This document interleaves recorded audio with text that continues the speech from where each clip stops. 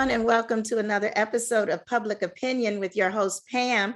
And normally my co-host is Vanetta, but she is not available today. So I have my son who has so graciously agreed to be my co-host. So hi, Brian. How are you? How's it going? Mom? How are you? Oh, it's going well. It's going really well. I'm coming down off of having to do what we call emergency tea times this week. There's a lot of stuff going on. It's a lot going on in the news, but there has been a lot that has just been going on just in the last 24 months. I have never experienced really a 2-year span of time like what I have experienced in the last 24 months with the pandemic, making it through a quarantine, racial unrest, George Floyd. We've had election that resulted in an insurrection. Mm-hmm. We've had vaccinations. It's just so much. I think you could say we've had it all, to say the least. It's been a record couple of years. It's crazy. It's almost like a biblical proportion. It's something like almost, if you were to write this, people would say, did you read that crazy book or see that stupid movie? And then people would be like, yeah, but they were really out there with it. But we can honestly state we have lived through it. So needless to say, there've been a lot of strange things that have been happening. But as a result of all of this, people have made a lot of decisions, to make changes. Like the last show I did was about people who divorced during the pandemic. Not necessarily the pandemic made them divorce, but it made them make decisions during a pandemic. And then, then they started dating again during the pandemic. So this week, we're going to be talking about the Great Resignation and how a lot of people have had to make a lot of decisions about their employment, whether they left their employment or some people have just decided to change, what they're doing and not go back, to work for whatever reason. So we have 2 guests that are going to be talking about the Great Resignation. So we're going to get started and meet those guests. First, we have Diana Rosa. Diana is the founder and president of Rosa Consulting, a consultancy with a passion for supporting nonprofits that serve the most undeserved populations. She provides strategic planning, organizational support, training, and coaching services that build thriving company cultures, which leads to thriving communities. Next, we have Demetrius Hammett.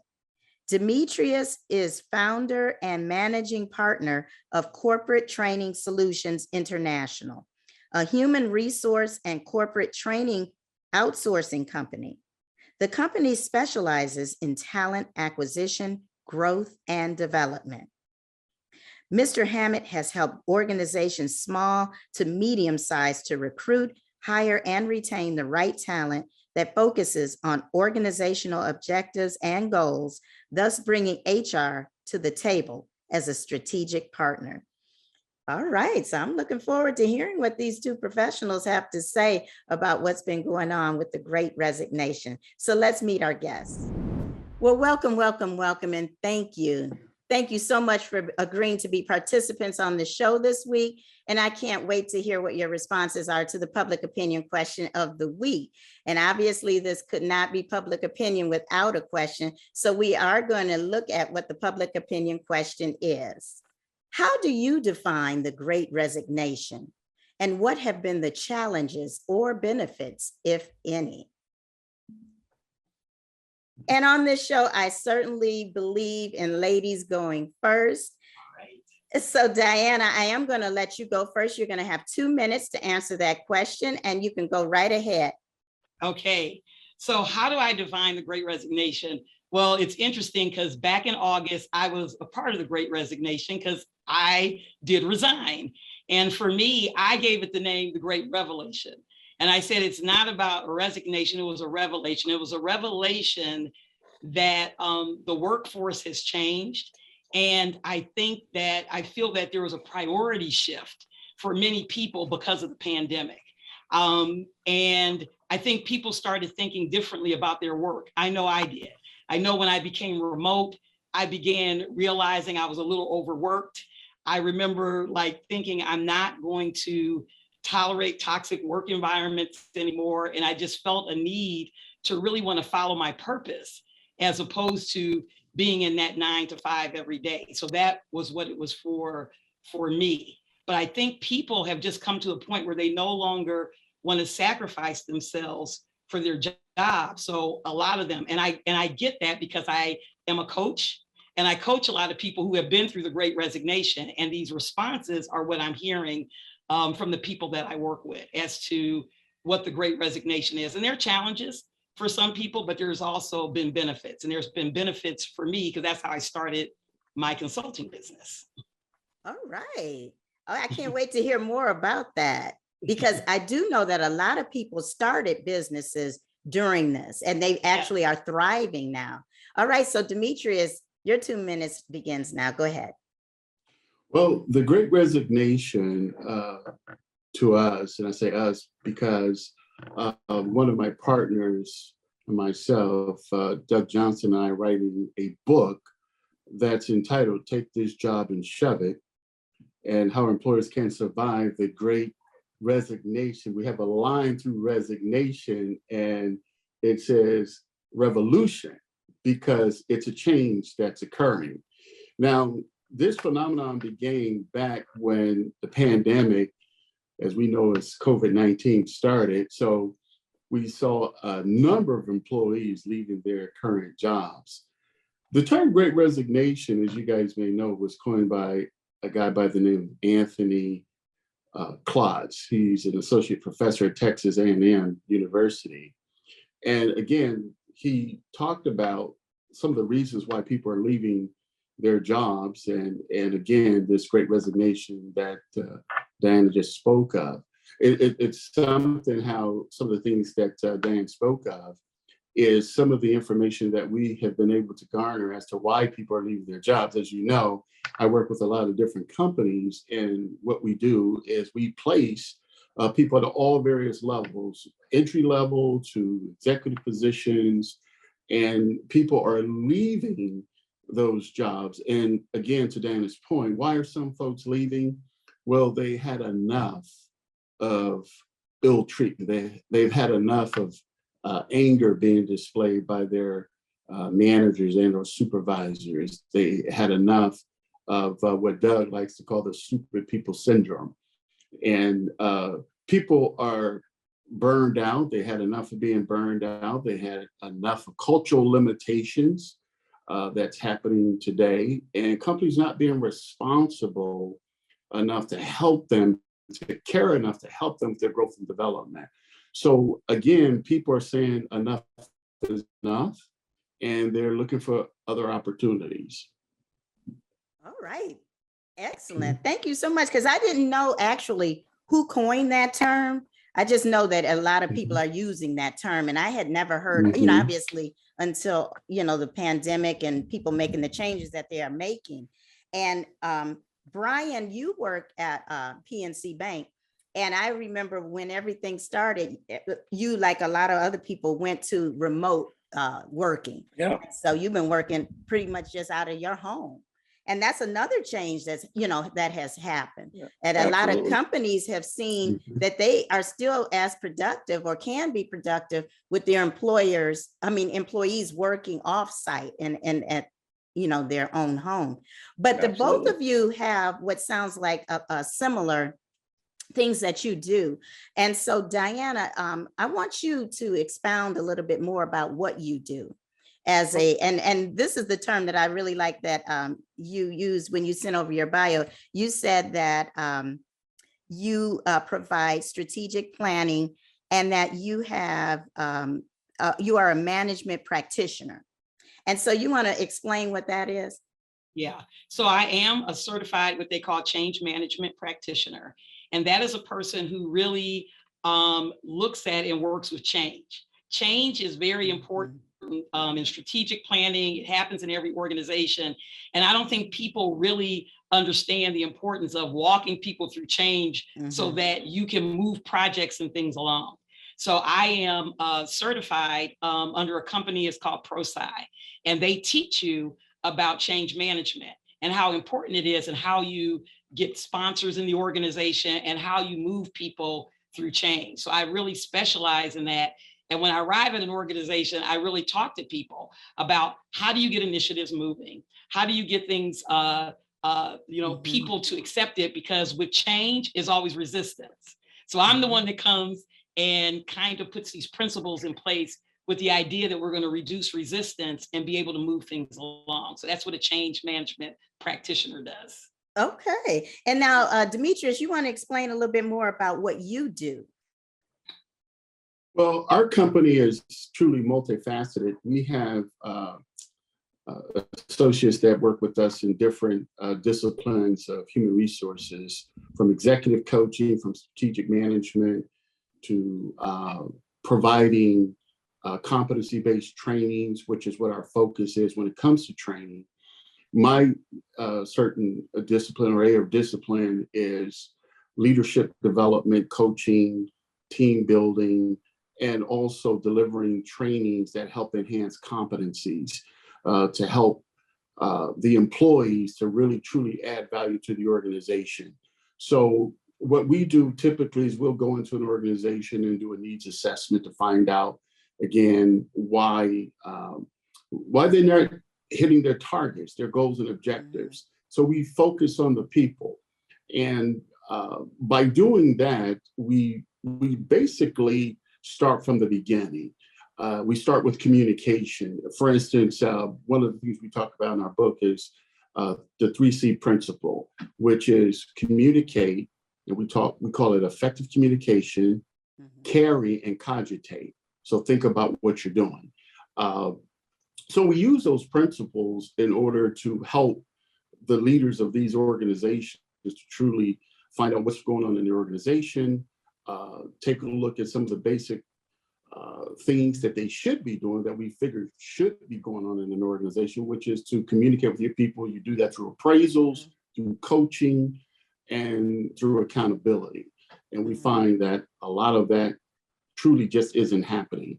So we, again, design principles and systems that will help our clients to do just that through our performance management accountability system, which helps to grow the internal team. And then, of course, those that you're bringing on board, we use a competency-based interview system to help with that part. Well, what do you think is, it seems almost as if a lot of employees have, like you said, Diane, had just decided, you know what, this company is not really fulfilling what I want to do.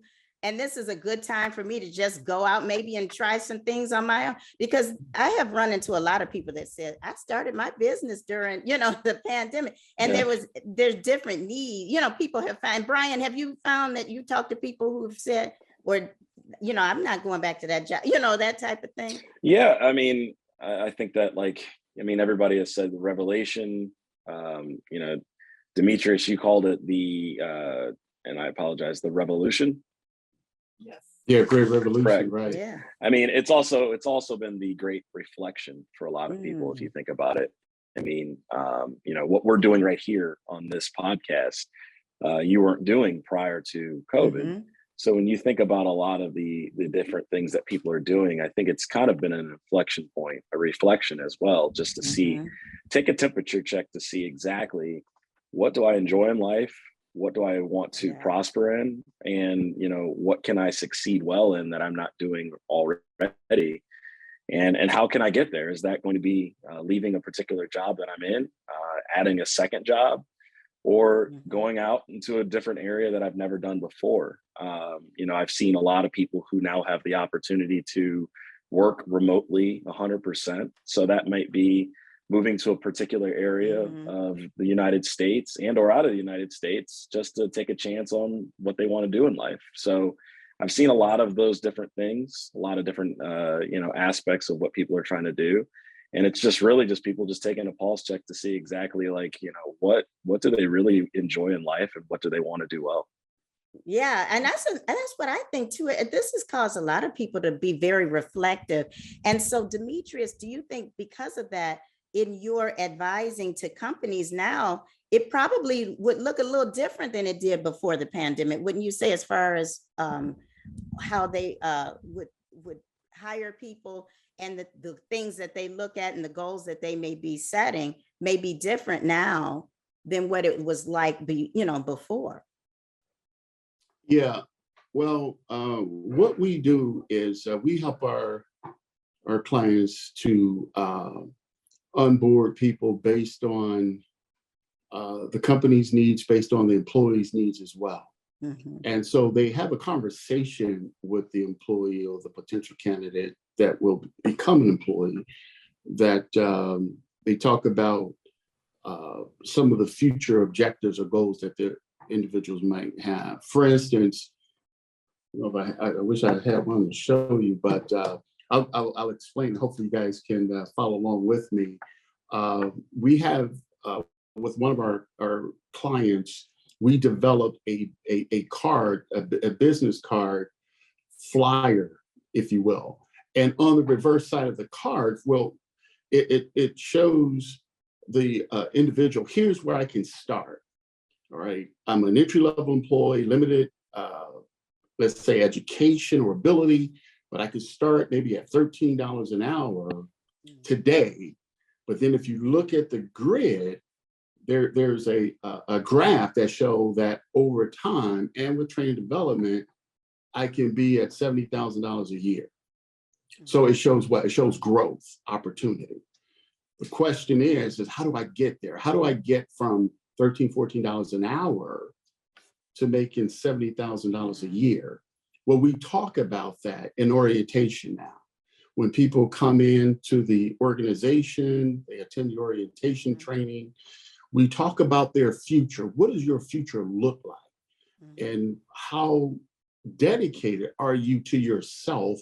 Because the company is committed to helping you with the development, to help you, to walk you along through coaching and through other incentives that companies for this particular business have available. And I'm glad you mentioned about the amount of money that people are getting paid, because I think that's a big thing that people realize, a reason why they're not going back. I think a lot of people are like, look, I wasn't getting paid enough money. I could see that I can live off of other things, or I can try to find a job other places. And now I think employers are forced now to look at that more than they were before, like the salaries that they're paying people, the hourly wages, and so I see people all over the place begging people to work. It's like, do you know anybody where, we need people to come and work. So Diana, can you speak to that also? Do you find that? I said that. It's interesting to me that a few years ago, when they were talking about the $15 an hour wage, and everyone said it is impossible, we cannot pay people $15 an hour. And now I love how I'll drive past Applebee's and they have like $2,000 sign-on bonuses for a server. Right. It's like, so, there's been a shift. And I think it's been a shift that now the employers are realizing that they got to put people first. Right. So I've always been about a people's first culture, but everybody wasn't always on board with that. And now people have to be on board with that, because people want flexible work hours. They want to be, have flexible schedules. Because I think in the pandemic and in remote, people have learned about flexibility, about being able to have time with my family, but also to work. And to your point earlier, what you said is, and we're still getting our work done. I had a whole department that went remote, and we had to go kicking and screaming to get that to happen. And I proved that they were more productive. They were more productive because, you didn't have to get in your car. You didn't have to drive to work. You didn't have, so you were really getting a lot more time. And I started really loving that feel of having that flexibility. And now people are demanding it. Right. So what do you say to the people who try to say that, well, the culture of this company is going to be different if everybody is going to be remote? Right. Well, for me, you have to really look at, so I've worked in some industries where everyone cannot be, everybody cannot. So I worked in the healthcare industry. Well, nurses and people, they have to come to work. But it was interesting. Here's the shift I saw. There was always this thing of equality. Well, if they have to come to work, everybody has to come to work. I go, but Mhm. everybody doesn't have the same job. Mhm. Everybody doesn't have the same job. Mhm. So it made us start really looking at, and we ended up having these grids where you had who are the people who were essential to have to be at the place of work and which ones could really work outside Right. the organization. And they still went kicking and screaming, but COVID forced it because you could only have so many people in the office. And so then when everybody went home, it was like, okay, nothing blew up. Everybody is still Yep. able to work and do those things. It takes some level of technology, Mhm. but I think people have to release this idea. And the sad thing about it is what I saw in some of the organizations that didn't want to do it, they were afraid people weren't working. And, and if Yeah. they're not in the office, I can't watch them. It Right. became, and that is very bothersome to me because it's very much, we have to get away from basing it on people's time and base it on the quality of work that they are producing and not necessarily how many hours am I putting in. Am I getting my work done? So Mhm. that's a shift as well. Yeah. And Demetrius, what do you think about that? Well, yeah, I agree, but I do have to say that, let me just back up for a second, something Diane said that, yeah, not all employees can work from home or remotely because, for instance, I have clients that are manufacturers. So you need to be there in the plant to produce the product in order to sell to your customers, and so that the company can thrive and make money and exist. So there is a twofold process here. One, let me just also say that there's a trust factor that needs to be, That's true. let's say, expound on, because see, there's some employees, okay, there's some employees that will not work as hard at home as they do on the job. Oh, yeah. That's a fact. Okay. I've been in business. They're gonna wash years, dishes, they're gonna put in a load of clothes, they're gonna do whatever. Right. Absolutely. Now, personally, I have people that work with me that work from home. And I have seen that when they're in the office, they're getting it in, they're working. And when they're at home, there are a lot of stuff that's going on, some things, Pam, that you mentioned. So there is a balancing act that must happen.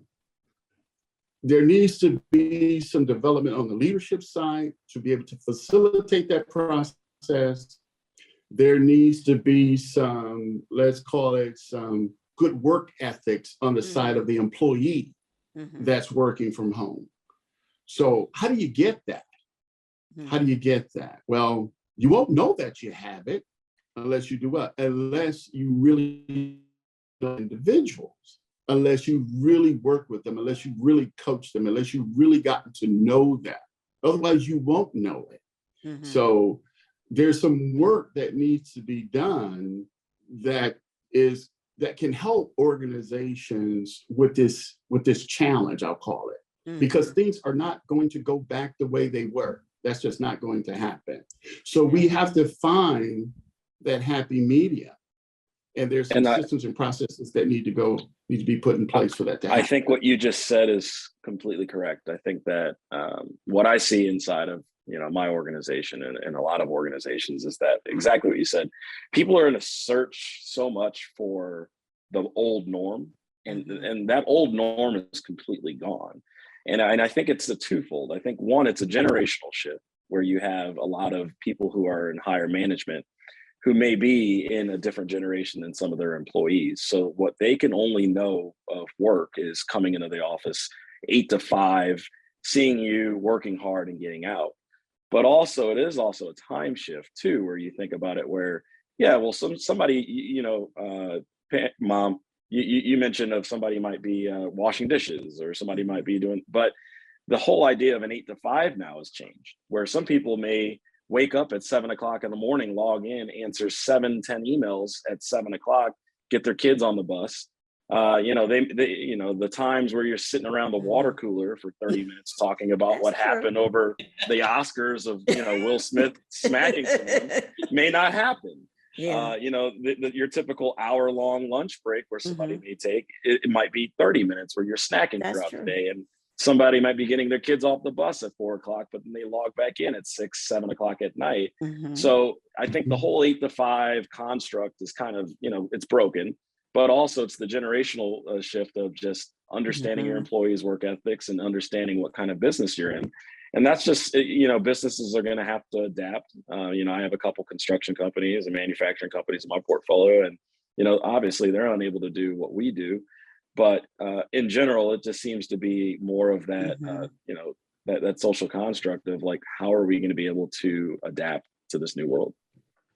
Yeah. And so Diana and Demetrius, as people who work in, HR, what do you all think about what Brian said? You may have to start consulting companies about, hey, you may have to look at some of your employees differently and ask yourself, can they still get the work that we need to have done, but still give the flexibility, that so many people desire?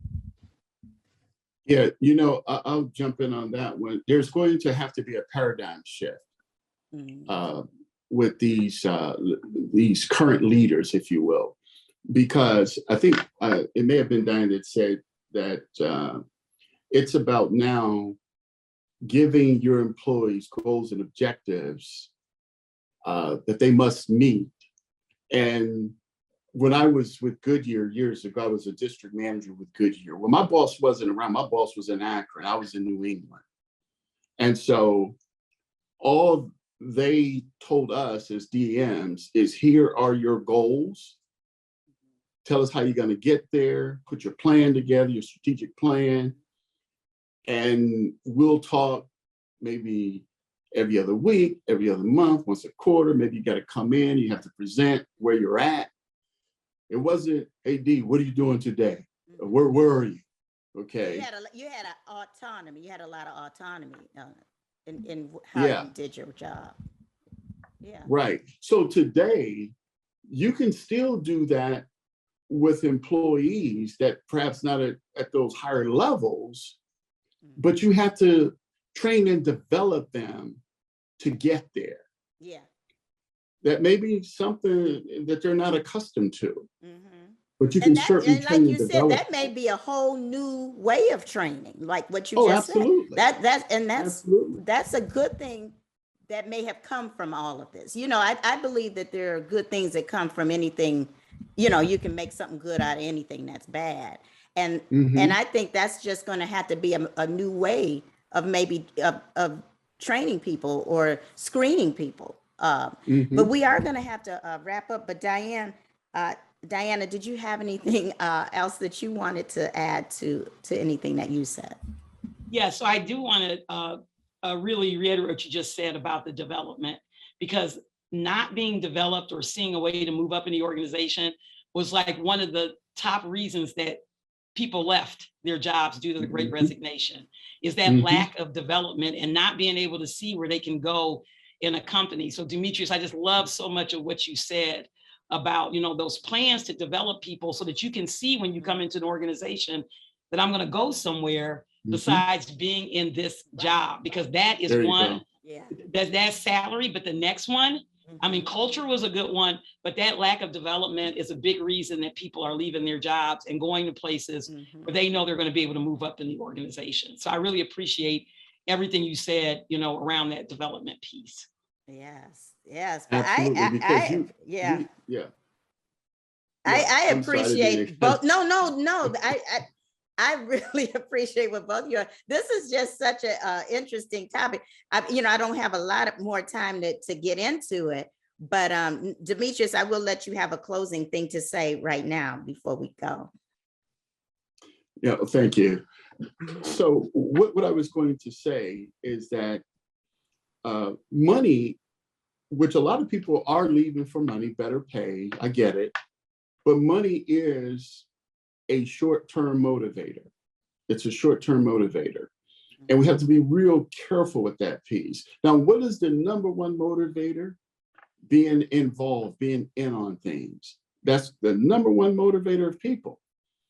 And so if we get our people involved, give them some sense of ownership of the organization by going to them, talking with them, getting their ideas about things. And I won't go into a whole big spill about that, but it's important to do that. And if you do that, then those folks that you work with will think, wow, this is pretty nice. They asked for my advice. Yes. And you know what? They're using it. Yeah. Goodness gracious. They go tell their wife or their husband about it. That is so right. You have to make people feel appreciated. Yeah. I mean, you can pay people a salary and all of that, but if they don't feel appreciated at the end of the day, you can go somewhere else, get the same money and feel better about what you're doing. So I really like what the both of you have said. I think this is just a whole new world that has just been opened up for people. And just like, how when you're buying a house, you say it's a buyer's market or a seller's market. Right now, I think it's an employee's market right now. Now I don't know how long it's going to last, but I think people should take advantage of that while they can. But thank you, the both of you, so much again for your input and the things that you stated. Thank you, Brian. And thank you guys. I appreciate it. yeah, I really appreciate And it. thank you guys so much for having us. I really enjoyed the conversation. Thank you. Certainly enjoyed that, Brian. I did. It was a very good conversation. It was a very good conversation. It's something that people have been talking about. It's been in the news. And people right now are, a lot of people have made decisions. They were either tired of their present employment. They either lost their job during the pandemic and they decided to do different things. But one thing for sure is that employers have to stand up and take notice of their employees better, because they're just simply not going to be putting up with what they used to put up with. I think the big theme is a lot of people were fed up, and there's just been a lot of, just a lot of reflection going on over the past couple of years. But, as you started off by saying, it's been a hell of a 2 years, to say the least. It's been something, but I like what you said, the great reflection. And I think you couldn't have summed it up better than that. It's been the great reflection. And so if you all have enjoyed this segment, if you enjoy our show, continue to watch us on Facebook. We also can be seen on YouTube. And if you cannot watch the show, you can listen to us on the go on our podcast. So thank you all so very much. And we'll see you next time for another episode of Public Opinion. Bye-bye. Bye-bye. Thanks, guys.